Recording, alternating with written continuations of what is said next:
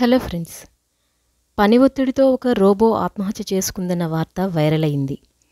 రోబోనే పని ఒత్తిడి తట్టుకోలేకపోతే ఇక మనుషులు ఎంత తట్టుకుంటారు? మనుషులు ఆత్మహత్య చేసుకున్న ఘటనలు పనిభారం వల్ల కలిగిన ఒత్తిడి వల్ల కూడా జరుగుతుంది. పనిభారాన్ని ఎలా తట్టుకోవాలో ప్రతి ఒక్కరూ తెలుసుకోవాలి. తాజాగా ఓ వింత కేసు వెలుగులోకి వచ్చింది. దక్షిణ కొరియాలో పని ఒత్తిడితో ఓ రోబో ఆత్మహత్య చేసుకుంది. పనితో అలసిపోయిన రోబో ఒత్తిడితో మరణాన్ని ఆశ్రయించడం ఇదే తొలిసారి. ఈ రోబో 9 గంటల పాటు డ్యూటీ చేసేదట. అక్కడ పని ఒత్తిడితో విసిగిపోయి మెట్లపై నుంచి దూకి ఆత్మహత్య చేసుకుందట రోబో. ఈ కేసు వల్ల మరోసారి ఒత్తిడి వల్ల కలిగే అనర్థాలను గుర్తుకు తెస్తుంది. పెరుగుతున్న పని వల్ల ఒత్తిడిని తట్టుకోలేక ఎంతోమంది ఆత్మహత్య చేసుకున్న ఘటనలు జరుగుతున్నాయి. రోబోకే పని ఒత్తిడి ఎక్కువైతే ఇక మనుషులకు ఆ ఒత్తిడిని తట్టుకోవడం చాలా కష్టం. ఈ కాలంలో పని ఒత్తిడి మనుషులపై అధికంగానే ఉంది. ఉద్యోగమే, ఇంట్లోని పని కూడా ఎక్కువగానే ఉంటుంది. ఇవి తీవ్ర ఒత్తిడి, ఆందోళనలకు కారణమవుతాయి. ప్రతి ఒక్కరూ ఈ ఒత్తిడిని తట్టుకోలేరు.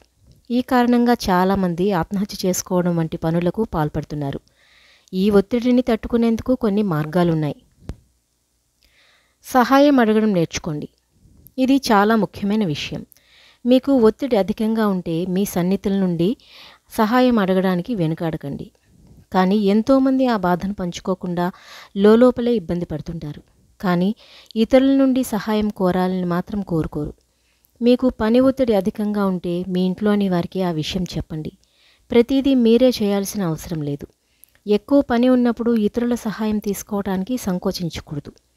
పని ఒత్తిడి ఉన్నా పర్వాలేదు, కానీ మీకోసం కాస్త సమయం కేటాయించలేకపోతే సీరియస్గా ఆలోచించాలి.